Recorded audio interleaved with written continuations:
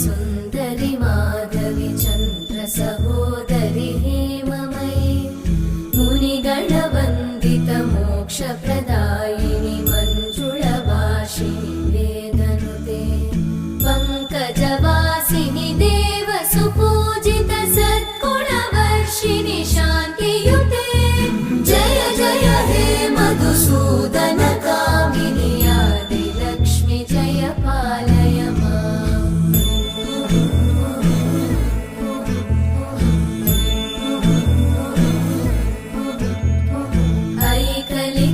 ऐकलिकल्मषनाशिनि कामिनि वैदिक